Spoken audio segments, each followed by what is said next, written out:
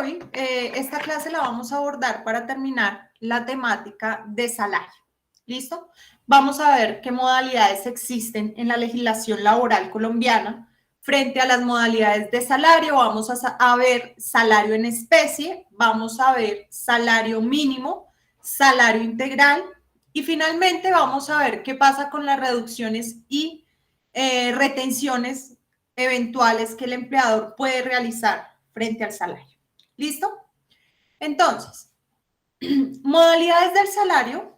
Normalmente el salario en su parte general o en su aspecto general, el salario debe ser en dinero, ¿sí? ¿Qué significa que el salario sea en dinero? Que a mí la retribución de esa prestación del servicio, ¿sí?, del que se beneficia mi empleador, me pague en dinero o me retribuya una suma de dinero correspondiente a una moneda legal. Sin embargo, en Colombia el Código Sustantivo del Trabajo también prevé la forma que el empleador y el trabajador, recuerden que todo es un acuerdo de voluntades, convengan la posibilidad del pago en moneda diferente al peso colombiano, es decir, en moneda extranjera. Se permite, se puede hacer, siempre y cuando, pues vuelvo y reitero, haya voluntad entre las partes del contrato. ¿En qué ocasiones se da que el empleador convenga con su trabajador el pago en moneda extranjera? Principalmente cuando el empleador tiene negocios en el exterior, ¿sí?, o su empresa es del exterior. En algunos casos, ciertos cargos, efectivamente, se puede manejar este tema del salario en moneda extranjera. Sin embargo, ahí hay una restricción. Sí, si bien es cierto, el salario me lo pueden a mí pagar, qué sé yo, en dólares, pesos mexicanos, bolívares, si quiero, ¿sí? Debo tener en cuenta una cosa.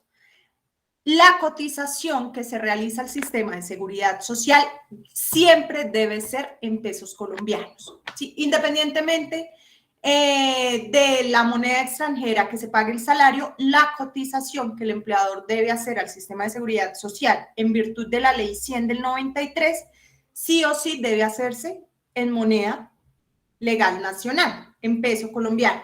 ¿Por qué? Porque el sistema de seguridad social reconoce unas prestaciones económicas. Háblense de licencias, un ejemplo de maternidad o paternidad que reconoce el sistema de salud, incapacidades por enfermedad o por accidente, sea de origen laboral o sea de origen común, también las paga el sistema. Las pensiones las paga el sistema y esos reconocimientos de esas prestaciones económicas siempre van a ser en pesos colombianos. Sí, el sistema de seguridad social no puede quedar sometido a la variación de la moneda, sobre todo cuando hablamos de moneda extranjera. Otra modalidad de salario, entonces, va a ser el salario en especie. ¿Qué entienden ustedes por salario en especie?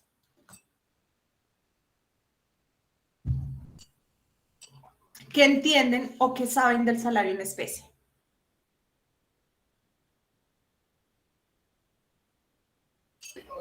No, por mi parte no sabría cómo explicarlo. Profe, de pronto que no es retribución económica en dinero, sino más como lo llamaban antiguamente fuerzas prestadas o fuerzas devueltas, o sea que se paga también con trabajo físico. Bueno, esa figura no la, primera vez que la escucho me parece como interesante, digamos una retribución a la persona que le estoy prestando el servicio, él prestándome otro servicio, ¿sí? ¿Entiendo yo? Sí, sí, señora, algo así. Okay. Funciona, creería yo que funciona como un trueque. Bueno, interesante esa figura, no, vuelvo y reitero, no la había escuchado. Sin embargo, cuando nosotros hablamos de salario en especie, decimos que la retribución no es en dinero, es en aspectos o cosas diferentes, ¿sí? No es que yo le diga a Anderson, oiga Anderson, venga, eche para la pieza, le voy a pagar su salario. No, tampoco, ¿sí? Y de hecho la ley lo regula, ¿cierto? La ley determina cuáles son los factores en los cuales son válidos esos salarios en especie. Entonces tampoco se me emocionen, muchachos, ¿sí? ¿Cuáles son esos factores diferentes al dinero que la ley me permite pagar a mis trabajadores en conceptos diferentes al dinero? lo relacionado con la alimentación, con la habitación o alojamiento y con el vestuario. ¿De quiénes? Del trabajador y de su familia. ¿Sí? O sea, la ley le permite al empleador, señor empleador, usted puede pagar el salario en conceptos diferentes al dinero. ¿Cuáles son esos conceptos? La misma ley no los trae. Alimentación, alojamiento o habitación y vestuario. Para el trabajador y para la familia del trabajador. ¿Por qué creen que la ley determina este aspecto así como tan específicamente hablando?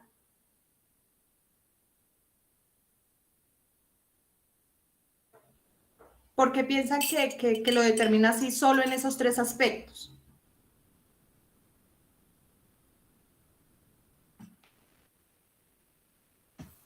¿Alguien Profe, ¿cuál recuerda? era el Señor, tercer aspecto? ¿Cuál era el tercer aspecto? el vestuario, Ah, ok. alimentación, alojamiento y vestuario para el trabajador y su familia. De pronto porque es algo necesario, algo fundamental, es un bien necesario, creo, algo así. Al mínimo vital. Dignidad humana. No tanto dignidad humana. Recuerden una de las finalidades esenciales del salario y es la satisfacción de necesidades básicas del trabajador y de su familia. Por lo tanto, la ley prevé que se pueda cancelar el salario en estos tres aspectos. ¿Sí? Pero recordemos que el salario tiene otra finalidad. ¿Alguien se acuerda de cuál es esa otra finalidad, aparte de solventar necesidades básicas?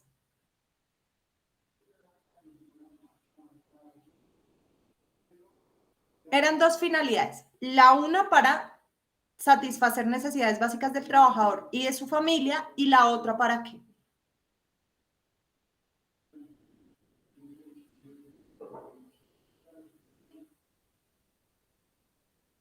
Recuerdan que yo les decía que si me quiero comprar un televisor último modelo, el carro 0 kilómetros, el último iPhone, lo puedo hacer porque eso hace parte de la dignidad humana que nos hablaba Andrés Felipe, ¿sí? Entonces, el salario en especie tiene una restricción.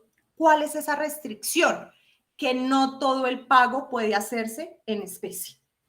¿Sí? Cuando yo acuerdo con mi trabajador un salario en especie, yo tengo que tener en cuenta que la norma me limita el salario en especie. ¿Y cómo limita ese salario en especie? Me dice a mí el empleador, ¿sí? Usted no le puede pagar la totalidad del salario al trabajador en especie. Porque recordemos que el salario tiene dos finalidades. Satisfacer necesidades básicas, y sí, muy bien, lo hace con el salario en especie, y acrecentar el patrimonio, que usted todo el salario se lo pague en especie, impide la segunda finalidad. Porque es que no solamente existen necesidades básicas de alimentación, habitación y vestuario. El trabajador también debe solventar o pagar servicios públicos. Él también tiene derecho a disfrutar actividades de ocio. Él tiene derecho a mejorar las condiciones de vida según su propia dignidad humana. ¿Sí? ¿Y cómo lo hace? Pues necesita del dinero en efectivo. Entonces, para el salario en especie nos limita que solo se puede fijar en especie en estos tres aspectos hasta el 50% del salario. Y hay otra restricción aún mayor, y es, ¿y si el trabajador devenga un salario mínimo? El salario en especie se restringe al 30%. Es decir, sí o sí le debemos reconocer a nuestro trabajador en dinero el 70% del salario mínimo. Sí o sí. ¿Por qué? Porque es que la norma es muy amplia. La norma nos dice, bueno, y si el trabajador devenga un salario mínimo, el salario en especie no puede ser superior al 30%. Eso nos ha dado interpretaciones en el siguiente sentido. Bueno, el salario mínimo está en 908,000. Entonces mi trabajador no gana los 908,000, sino va a ganar 1,000,000 de pesos. Y producto de ese $1.000.000, 50 y 50, porque la norma dice que pues que sí gana el salario mínimo, pero es que este trabajador no gana el salario mínimo, gana más. La Corte, en casos concretos, ha determinado que para que sea constitucional se debe interpretar que sí o sí le debemos garantizar el 70% del salario mínimo a nuestro trabajador en dinero.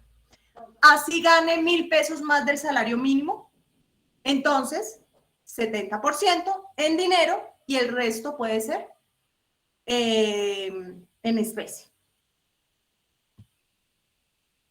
Otro requisito del salario en especie, tengámoslo en cuenta, es que necesita de cláusula por escrito. ¿Sí? Es decir, el acuerdo de voluntades debe constar por escrito, donde empleador y trabajador determinan que parte del salario, porque recordemos, no todo el salario puede ser en especie, parte del salario se va a reconocer en especie en factores como alimentación, alojamiento y vestuario. ¿Listo? Profe, ¿cómo fue que dijiste lo de las necesidades básicas y cómo fue que dijiste el otro? Acrecentar el patrimonio. Las dos finalidades, solventar necesidades básicas y acrecentar patrimonio. ¿Cómo acrecento mi patrimonio? Con los bienes que yo tengo. Ah, que tengo el carrito que me heredaron y yo lo quiero mejorar, entonces sí. ¿Qué conlleva eso? Que mi patrimonio sea grande. ¿Sí? Entonces, ¿cómo lo voy a hacer? Pues con mi propio trabajo. Otra modalidad, ahí sí empiezo también con el tema del salario mínimo. ¿Qué es el salario mínimo? ¿Cómo pueden ustedes definir el salario mínimo?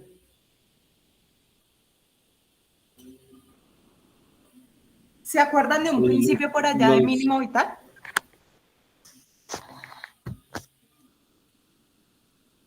Son como los costos mínimos que hay para satisfacer las necesidades básicas. Exactamente. ¿Qué nos dice la Constitución y la norma? El salario mínimo va a entrar a garantizar que el trabajador pueda satisfacer a través de su fuerza de trabajo las necesidades básicas. Ojo, pero no solamente las de una persona, no solamente las del trabajador, sino las de su núcleo familiar. ¿Sí? Entonces, lastimosamente nos están haciendo pasar de la discusión, ¿será que el salario mínimo nos alcanza para lo que está previsto, para satisfacer necesidades básicas? A la discusión de, ay, al menos por favor, se lo suplico, reconózcame el salario mínimo. Hay propuestas que pues el desempleo está por las nubes, que efectivamente hay la situación económica del país, con esto de la pandemia pues ya hay una crisis económica mundial.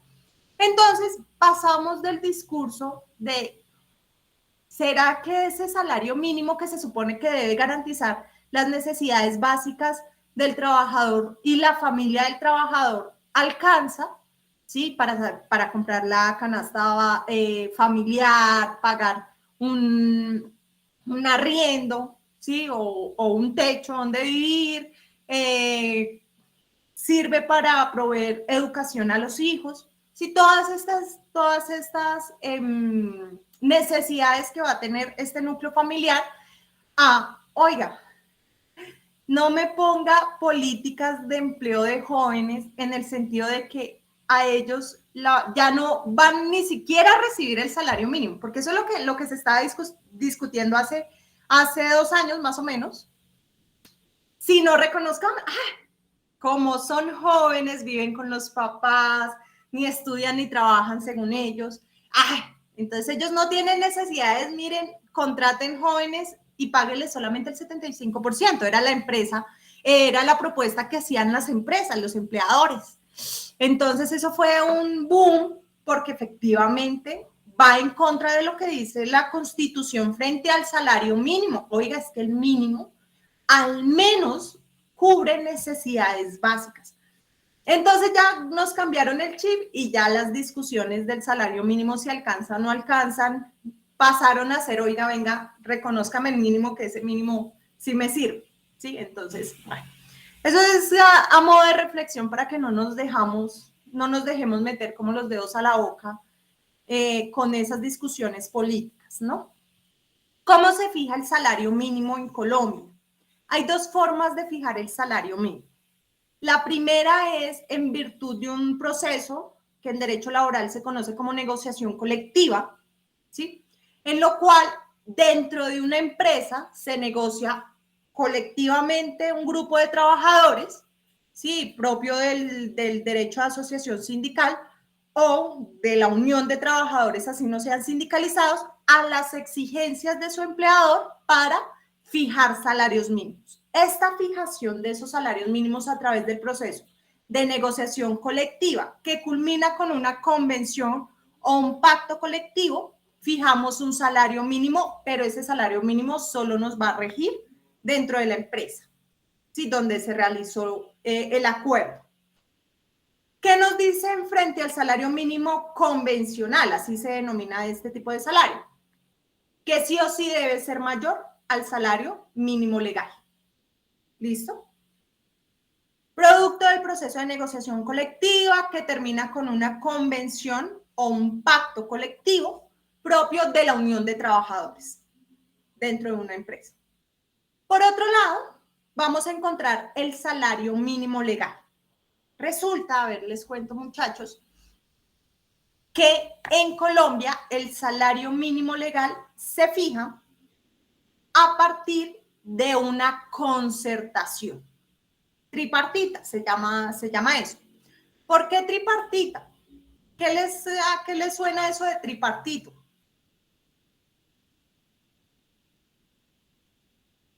Profe, ¿se fija a través de qué? Perdón.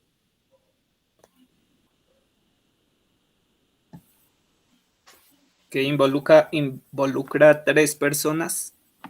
A tres partes. Muy bien. Cuando nosotros hablamos que el salario mínimo se fija por concertación tripartita, hace referencia a que es un acuerdo entre tres sectores. ¿Cuáles son esos sectores?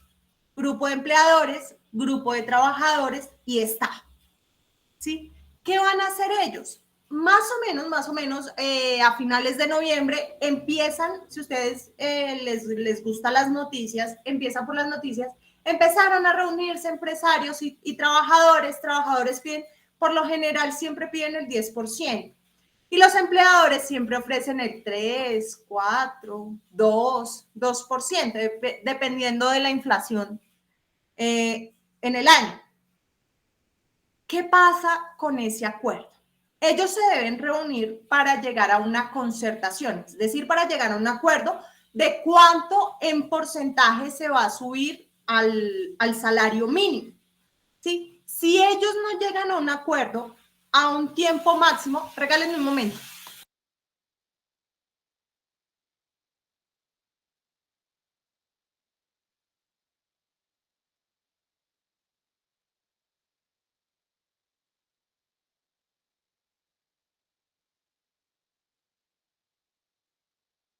Si ellos, ya qué pena, si ellos no llegan a un acuerdo a un periodo máximo del 30 de diciembre, dice la norma, quien fija el porcentaje de aumento, quien fija el aumento del salario mínimo en Colombia va a ser el gobierno.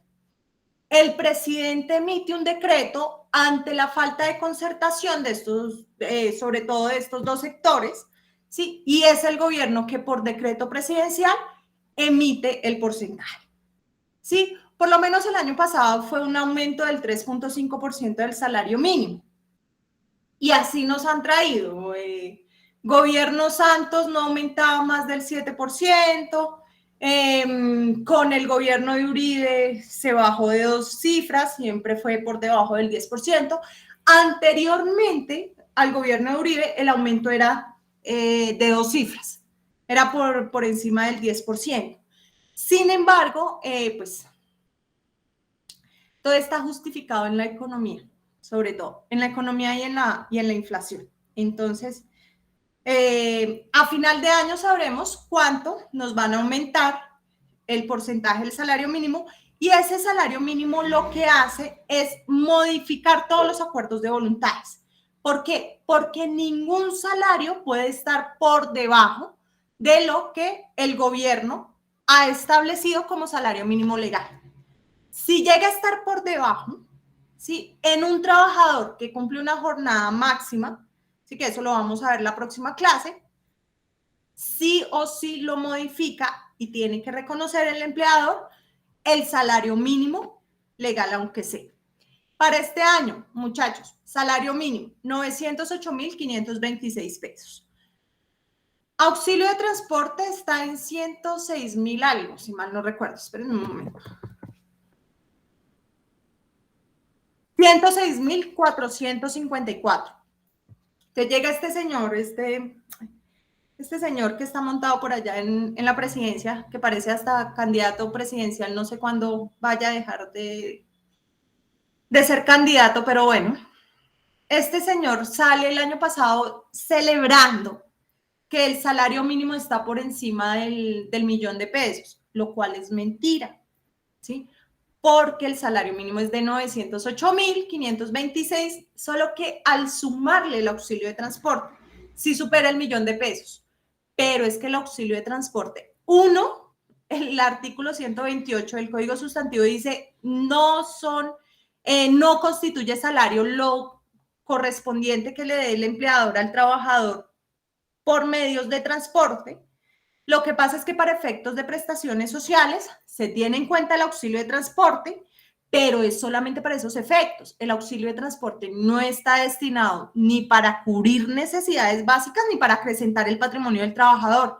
Es para ayudar a los gastos del trabajador en el transporte, o más bien en el traslado que debe hacer el trabajador al lugar de trabajo o el lugar donde presta el servicio, pero no alcanza, ¿sí?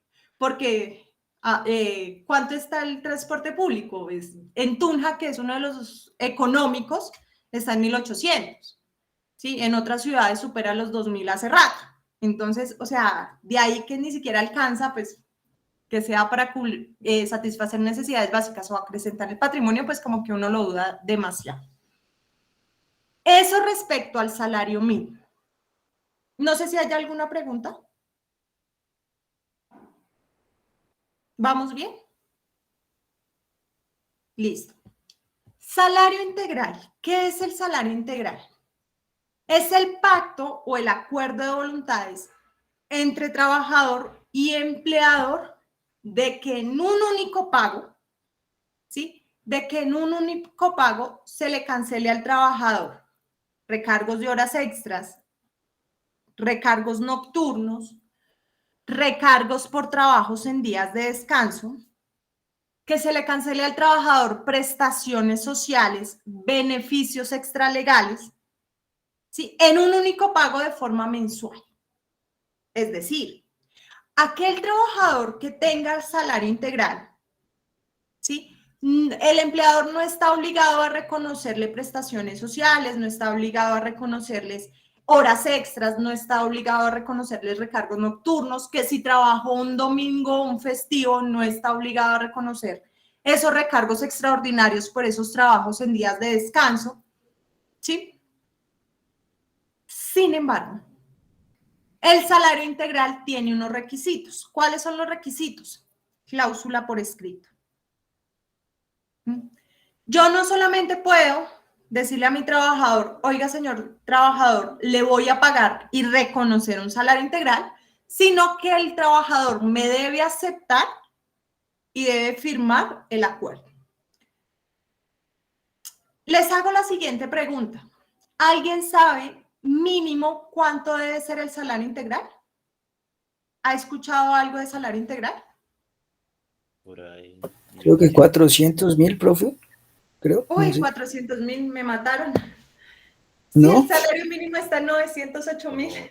Como 1.200.000, profe. 1.200.000. Listo. Ahora les pregunto algo. Ustedes como trabajadores, que si laboran horas extras, que si tienen que trabajar domingos y festivos, que ya no tienen derecho a prestaciones sociales, ¿cuánto creen ustedes que deben ganar para no poder acceder a esos beneficios del contrato de trabajo? Porque siguen estando en un contrato de trabajo, siguen estando bajo subordinación. ¿Cuánto creen ustedes que deben ganar para que se les excluya de esos derechos laborales? 1.300.000 o 1.400.000. Uy. No, pues ahí sí, ¿cuándo trabajan para mí? Y los exploto y les pago, ahí está, estoy sobrada, 2 millones de pesos. Bueno, les cuento una anécdota. A mi oficina llegó un señor que tenía una finca. Entonces el señor súper preocupado, súper estresado, me decía, no, mire, yo quiero contratar a alguien, al señor y a la señora, para que me cuiden la finca y me la administren. Bueno, eso es muy, muy usual. Pero es que, le tengo que hacer contrato de trabajo, me decía el señor. Y yo le dije, ¿usted le va a dar órdenes? Pues claro, es que tienen que hacer lo que yo diga. Y yo sí. Entonces sí es contrato de trabajo. ¿Le tengo que pagar prestaciones sociales? Sí, claro. Claro, no es que las prestaciones sociales son propias del contrato de trabajo, le decía yo. Eso lo vamos a ver más adelante. Entonces, él me decía, ay, venga, yo he escuchado la figura del salario integral. Entonces él me dijo, entonces claro, yo me sorprendí, ¿usted le va a pagar salario integral a su trabajador? Y él me dice, sí. Y yo, bueno, un momentico.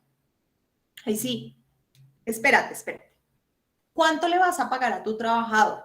Me dijo, por ahí unos 2,5 millones, 3 millones. Y yo, es generoso, pero no alcanza para el salario integral. Y él me decía, ¿cuánto le debo pagar entonces? En esa época, que eso fue antes de pandemia, eso fue como hace 2 años, yo le decía casi 12 millones de pesos mensuales. Si usted le va a pagar 12 millones de pesos, o sea, bájese de 12 millones de pesos, porque también tienen que pagar seguridad social. ¿Sí? Si usted le va a pagar eso, mire, yo le ayudo a hacer el contrato de trabajo y la cláusula de salario integral. Uy, no, ¿cómo se le ocurre que yo va a pagar 12 millones de pesos a esta familia de forma mensual? Y yo entonces no hablemos de salario integral. ¿Por qué? Porque la norma me dice lo siguiente. El salario integral como mínimo debe corresponder al 10 salarios mínimos legales mensuales vigentes, más el 30% de esos 10 salarios mínimos por factor prestacional.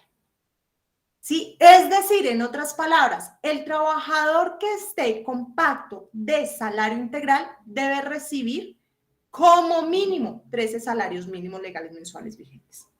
10 salarios más el 30% factor prestacional. Es que recuerden, no va a tener primas de servicio ni a mitad ni a final de año, no va a tener el ahorro de las cesantías, no va a tener intereses sobre las cesantías. Si trabajó horas extras, no va a tener derecho a que se las paguen. Si hizo recargos nocturnos porque trabajó de noche, tampoco. Entonces la norma exige que sí o sí el salario integral sea de 13 salarios mínimos.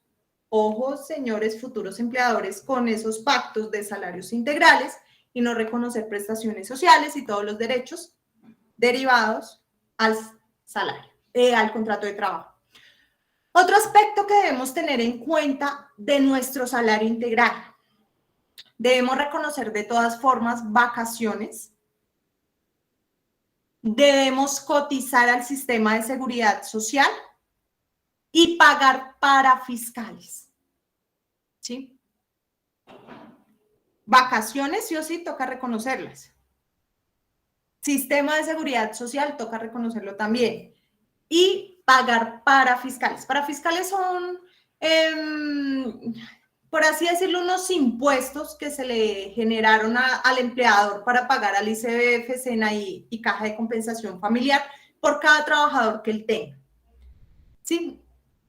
Entonces, indispensable que más o menos, en este año, más o menos no, ya les digo en este año cuánto deben pagarle a sus trabajadores de salario integral. 11.810.877.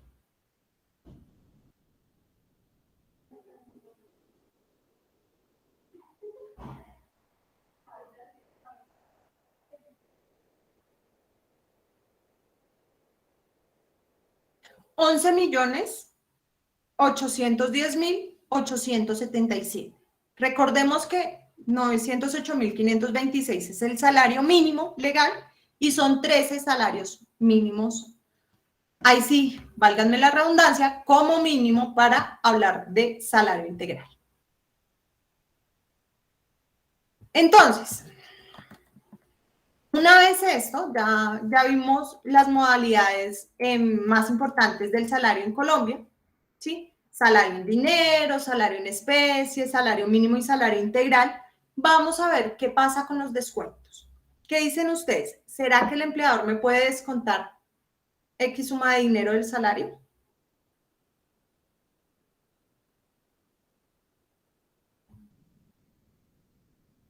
¿Qué piensan?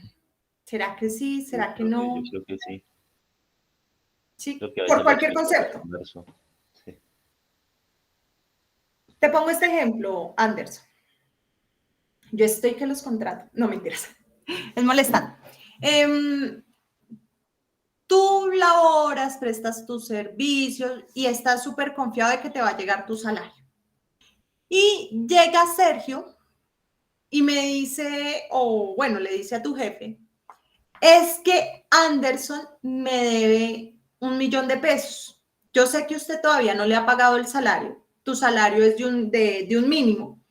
Descuéntele 500.000 pesos para que él me pague mi deuda.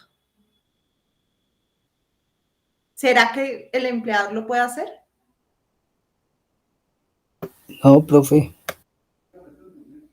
Bueno, ¿qué nos dice la norma? La norma le prohíbe tajantemente al empleador hacer retenciones, deducciones o compensaciones de cualquier tipo al trabajador.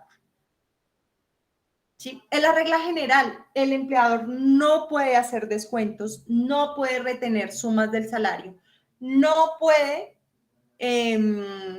compensar de ninguna forma el salario. No es que Anderson Felipe, que es mi trabajador, él trabaja en una fábrica de muebles, un ejemplo, y él sacó su juego de alcoba y yo se lo estoy así descontando por derecho. ¿Sí? No se puede hacer tampoco. No se puede hacer. Sin embargo, esa es la regla general, ¿no? Toda regla general tiene sus excepciones. ¿Cuáles son las excepciones? En primer lugar, están los descuentos legales, ¿sí? O permitidos por la ley. ¿Por qué hace el empleador el descuento? Porque la ley le dice, usted puede hacer este descuento. ¿De qué descuentos estamos hablando que están en la ley? Dos tipos de descuentos. Primero, para seguridad social, el empleador solo puede descontar máximo el 8% del salario. No puede descontar más. ¿Sí? Solo 8% del salario. Ay, que es que ese trabajador gana mucho y no le va a descontar el 8, sino le va a descontar el 12. No, no puede. Se lo prohíbe la norma. Usted puede hacer descuentos para el sistema de seguridad social, pero máximo solo el 8%. 4 para el sistema de salud, 4 para el sistema de pensiones. No más. El resto de la cotización la realiza el empleador. Por otro lado, otra previsión legal, pero esto sí es de reforma tributaria, esto es de norma tributaria. Aquellos que sean, si mal no estoy, estaba viendo el otro día la norma, o bueno, la norma no, busqué por internet y me arrojó que el valor era aquellos salarios que superaran los 3,5 millones mensuales, más o menos, ¿no? Aquellos que superan ese salario están obligados a declarar un impuesto ante la DIAN que se llama la retefuente, la retención en la fuente por ingresos. ¿Sí? si mal no estoy, ahí sí me disculpan porque yo esto de temas tributarios sí poco, es del 19% incluso para los salarios. Entonces yo puedo hacer ese descuento al salario del trabajador con fines de DIAN, ¿sí? De reportar y que el trabajador pague esos impuestos. Hasta donde yo tengo entendido, que me han contado unos contadores, sí, válganme la redundancia, a los cuales yo les he preguntado y ellos me dicen, sí, esa retención se hace por derecha, ¿sí? El empleador retiene esa parte del salario, la paga DIAN y posteriormente el trabajador hace la declaración de renta y si al final la DIAN le queda debiendo, eso como que se lo devuelve. No sé si sea cierto, no sé si sea verdad, eso ya es competencia de contadores públicos. Alguna vez me dijeron eso. Ahí sí me salvo mi responsabilidad porque no, uno no es muy fuerte, dos, no le he puesto mucho cuidado y alguna vez algo así me dijeron. Entonces, hay otros descuentos permitidos por la ley y es cuando el trabajador está afiliado a organizaciones sindicales, ¿sí? El trabajador afiliado a organizaciones sindicales está obligado a pagar cuotas sindicales. Esas cuotas sindicales, el empleador, o más bien el sindicato le puede decir al empleador que descuente por nómina el valor de las cuotas sindicales. Se puede hacer y la ley lo permite. Sí, pero pues obviamente necesitamos del conocimiento y la autorización del trabajador. Otra forma para retener o deducir sumas de dinero provenientes del salario por orden judicial. ¿Qué significa que sea por orden judicial? Que en un proceso judicial mi salario fue embargado, ¿sí? ¿Qué hace el juez? Producto del embargo, le ordena al empleador o al pagador de la empresa que descuente X suma de dinero. Pero a estos embargos judiciales debemos tener en cuenta 3 aspectos. Primero, salario mínimo, independientemente si es convencional o legal, es inembargable. Todos los trabajadores que devenguen salarios mínimos, no se les puede embargar los salarios. ¿Sí? Segundo, solo se puede embargar lo que exceda del salario mínimo 1/5 parte. Es decir, yo puedo embargar un salario si ese trabajador me devenga más del salario mínimo. Y eso que me excedió el salario mínimo, yo solo puedo embargar 1/5 parte. Es decir, un ejemplo. Yo soy un trabajador que gano 2 millones de pesos. ¿Sí? Yo ya sé que el salario está en 908.526. ¿Cuánto me excede? 1.091.474. A ese millón, yo no puedo embargar todo el 1.091.000. No, yo solo puedo embargar 1/5 parte. Es decir, la suma de 218.294. Entonces, primer aspecto, salario mínimo es inembargable. Segundo aspecto, solo se puede embargar lo que exceda el salario mínimo 1/5 parte. Tercer aspecto, y el más importante, se puede embargar un salario hasta el 50% del valor total del salario, hasta el 50%, si el crédito va destinado a cubrir cuotas de alimentos y créditos con cooperativas de trabajadores. Entonces, el acreedor alimentario, es decir, la persona a la cual yo estoy obligada a pasar alimentos, ¿sí? O a pagar una cuota de alimentos, y la cooperativa de trabajadores asociados son los únicos que pueden embargar salarios hasta el 50%. Obviamente, dependiendo del crédito, dependiendo de la deuda, pues el juez va a entrar a regular si efectivamente se amerita embargar todo el 50%, porque la norma me dice hasta el 50%. Inclusive, si el trabajador gana un salario mínimo. Así el trabajador nos devenga un salario mínimo, se puede embargar hasta el 50%, pero solo para esas dos excepciones: créditos alimenticios o créditos con cooperativas. ¿Listo? Entonces, ténganlo en cuenta, señores futuros trabajadores y empleadores, que pues, si deben un crédito con una cooperativa o si deben un crédito producto de cuotas de alimentos, sí se los pueden embargar hasta el 50%. Otra forma de descontar y retener sumas de dinero producto del salario: los descuentos que permita el trabajador. ¿Sí? Es decir, mi trabajador me puede solicitar: oiga, jefe, mire, es que yo estoy pagando un crédito y pues como yo soy muy seria en los créditos, por favor, descuénteme del crédito para pagar, descuénteme del salario para pagar el crédito. Sí se puede hacer, solo que se necesita autorización por escrito del trabajador. ¿Sí? Si yo no tengo, no es que el trabajador vino, habló conmigo, eso no sirve de nada.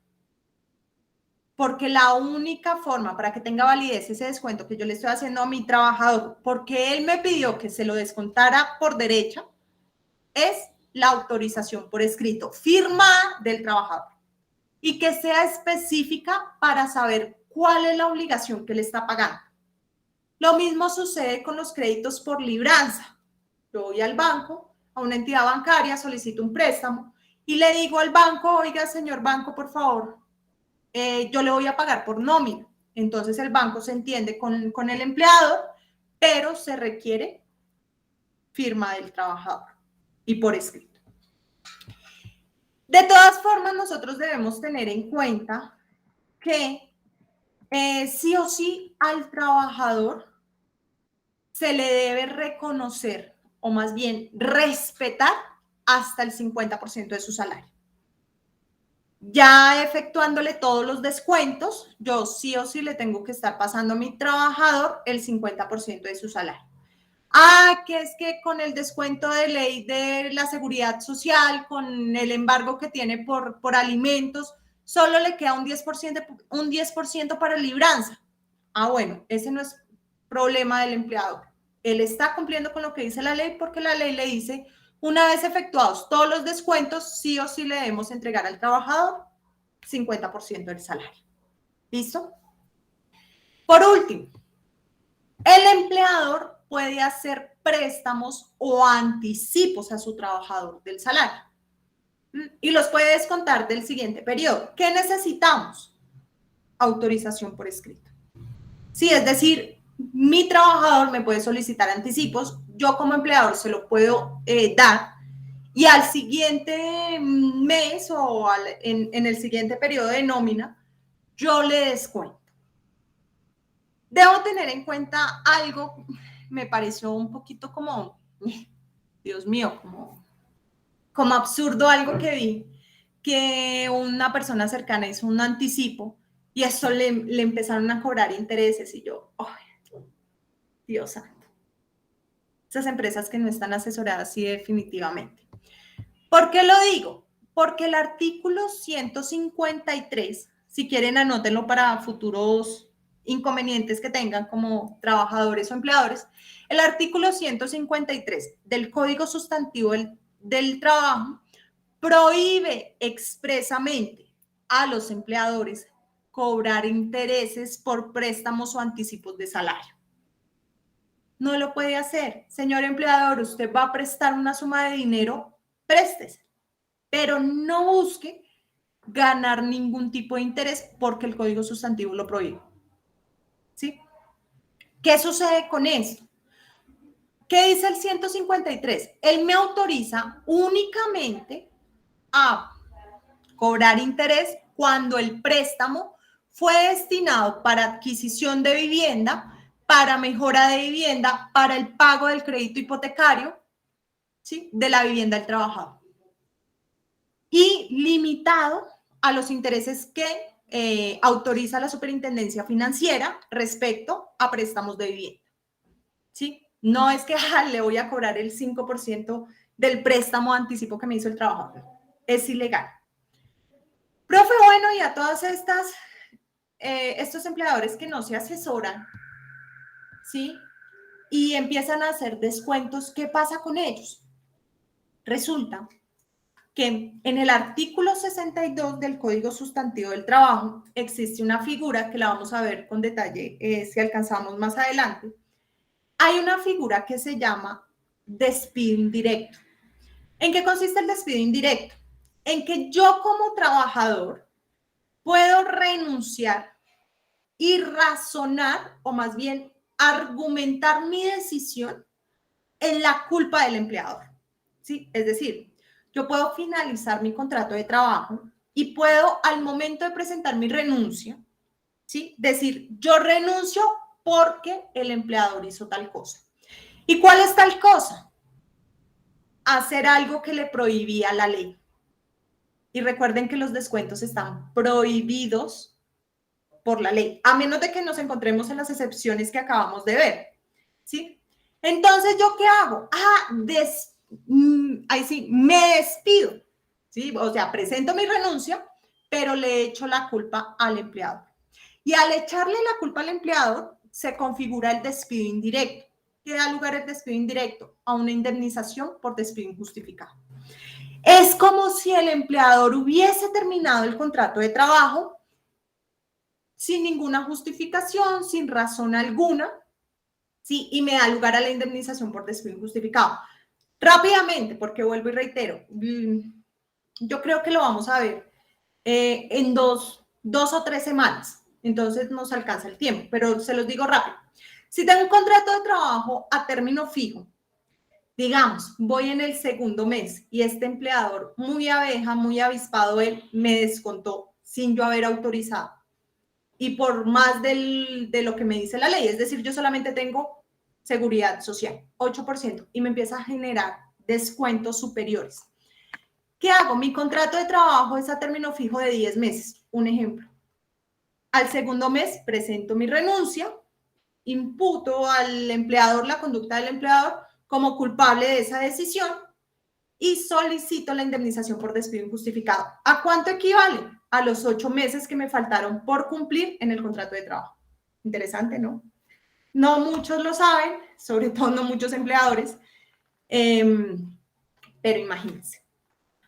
Que es que yo llevo 10 años en la empresa, contrato de trabajo a término indefinido, renuncio, le echo la culpa al empleador por hacer cosas que estaban prohibidas, como los descuentos del salario, y solicito indemnización por despido injustificado. Cada año de trabajo son el primero 30 días por el primer año y el resto 20 días. Entonces, si son 10, pues hagan sumas, cuenten, sumen, multipliquen.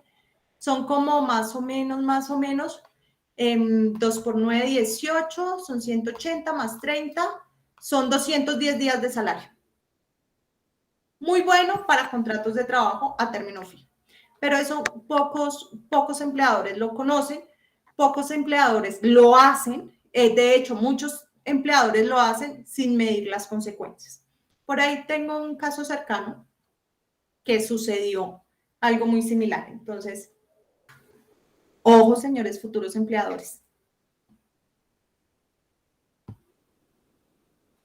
No sé si hay alguna pregunta. Profe, ¿qué artículo era ese, el de despido indirecto? Despido indirecto, artículo 62, Código Sustantivo del Trabajo, literal B. En concordancia con el artículo 59, que es el que prohíbe al empleador hacer retenciones y deducciones del Código Sustantivo.